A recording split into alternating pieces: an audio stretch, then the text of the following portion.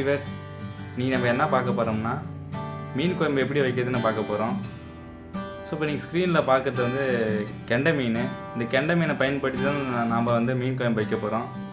So அந்த மீன் குழம்பு எப்படி வைக்கலாம்னு பார்க்கலாமா? ஸோ மீனை கட் பண்ணிக்கிட்டோம் நம்ம. ஸோ கட் பண்ண மீன் வந்து தண்ணியை ஊற்றி நம்ம ஃபஸ்ட்டு அலசிக்கிறோம்.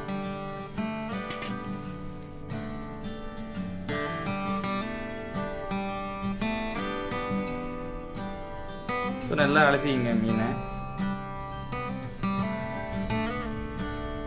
மீனை அலசி இப்போ நம்ம சட்டியில் வச்சுக்கிறோம்.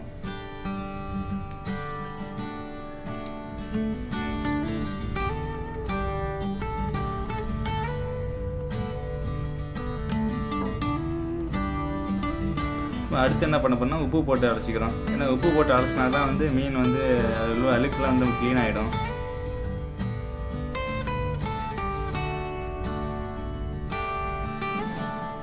ஸோ நம்ம அதை கூட வந்து மஞ்சத்தூளும் போட்டு நம்ம க்ளீன் பண்ணிக்கிறோம்.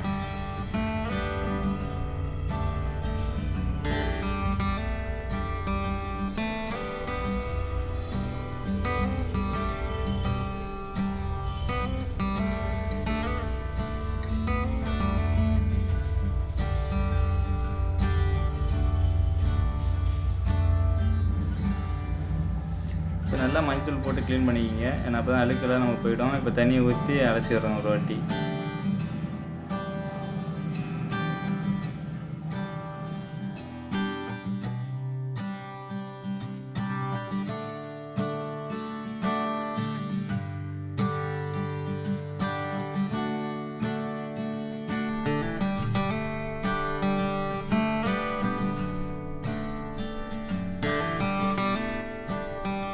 நம்ம இப்போ மீன் அலசியாச்சு. இப்போ குழம்பு எப்படி வைக்கிறதுன்னு பார்க்கலாம் வாங்க. ஸோ அடுப்பில் ஃபஸ்ட்டு சட்டி வச்சுக்கிறோம்.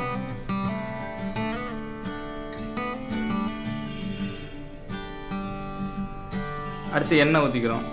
நாங்கள் 1.5 கிலோ மீனை வச்சு செய்ய போகிறோம் நம்ம. இப்போ நீங்கள் குவான்டிட்டி எவ்வளோ இருக்கோ அதுக்கேற்ற மாதிரி ஆயில் ஊற்றிங்க. நாங்கள் ஒரு 4-5 ஸ்பூன் ஊற்றிக்கிறோம். ஃபஸ்ட்டு எண்ணெய் ஊற்றினதப்போ ஒரு ஸ்பூன் வெந்தயம் போட்டுக்குங்க.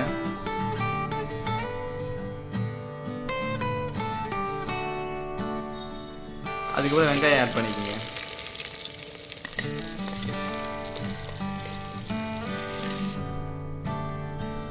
நல்லா வெங்காயம் பொன்னிறமாக வர வரைக்கும் வதக்கிக்கலாம்.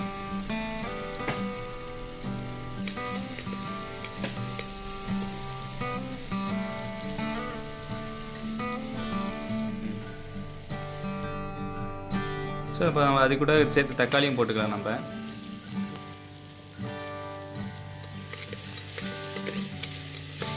நல்லா பொன்னிறமாக வதக்கிக்கிங்க. எவ்வளோவுக்கு வதக்குறீங்களோ அந்தளவுக்கு குழம்பு வந்து டேஸ்ட் வரும். ஸோ நம்ம நல்லா பொன்னிறமாக வதங்கிடுச்சு பார்த்தீங்களா? இப்போ அடுத்து என்ன பண்ண போகிறோம்னா நம்ம வந்து புளி கரைச்சி ஊற்ற போகிறோம்.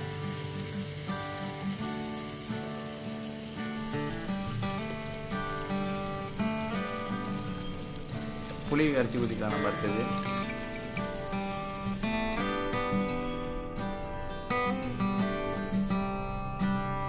உப்பு தேவையான அளவு போட்டுக்கோங்க.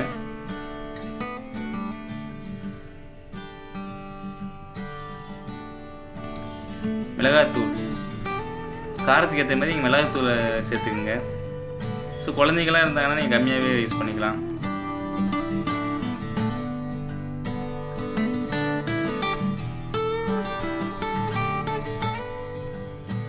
நம்ம அடுத்து மஞ்சள் தூள் போட்டுக்கிறோம். 1 ஸ்பூன் போட்டுக்கிறோம் மஞ்சள் தூள். ஸோ நல்லா வந்து கிளறி இருக்குங்க. ஸோ கொதியை வந்ததுக்கப்புறம் மூடி வச்சுருங்க.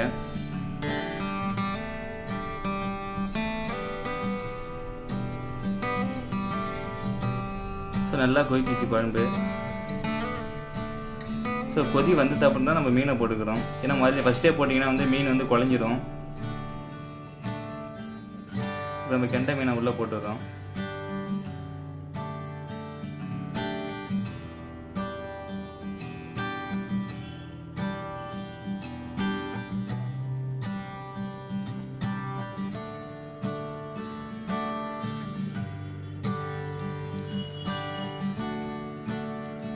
ஸோ மீன் போட்டு 5 நிமிஷம் இல்லை 10 நிமிஷம் கொதிக்க விடுங்க. ரொம்ப கொதிக்க விட்றாதீங்க. மீன் வந்து சில மீன் வந்து ரொம்ப திக்காக இருக்கும், சில மீன் வந்து சாஃப்டாக இருக்கும். சாஃப்ட் மீன்லாம் உடனே கரைஞ்சிரும். ஸோ அதுக்கேற்ற மாதிரி கொதியை விட்டு லைட்டாக இறக்கலாம் நம்ம.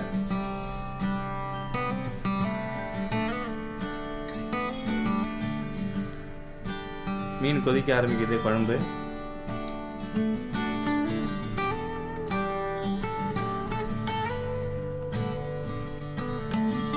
ஸோ மீன் போட்டு 5 நிமிஷம் மேலே ஆகிடுச்சு. மீன் பார்த்தா தெரியும் நமக்கு, நல்லா வெந்துடுச்சு மீன். ஸோ இப்போ நம்ம குழம்பு இறக்கிக்கலாம். அடுத்து என்ன பண்ணுறோம், குழம்புக்கு வந்து தாளிக்க போகிறோம். ஸோ நம்ம இப்போ தாளியல் கரண்டி வச்சுக்கிறோம்.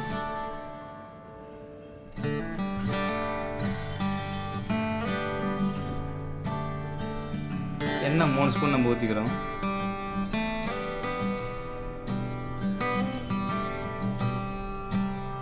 எண்ணெய் காஞ்சதுக்கப்புறம் நம்ம வந்து தாளியல் வடகம் போட்டுக்கிறோம். தாளியல் வடகங்கிறது வீட்டிலே செய்கிறது.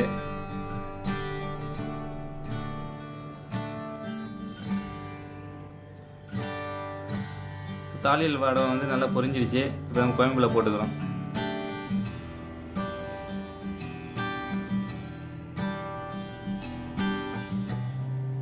ஸோ குழம்புல போட்டாச்சு.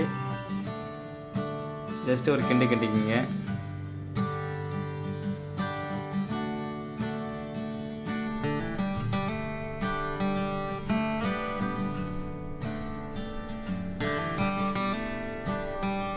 இப்போ மீன் குழம்பு வந்து ரெடி ஆகிடுச்சு. இப்போ இலையில வச்சு நம்ம சாப்பிட போகிறோம்.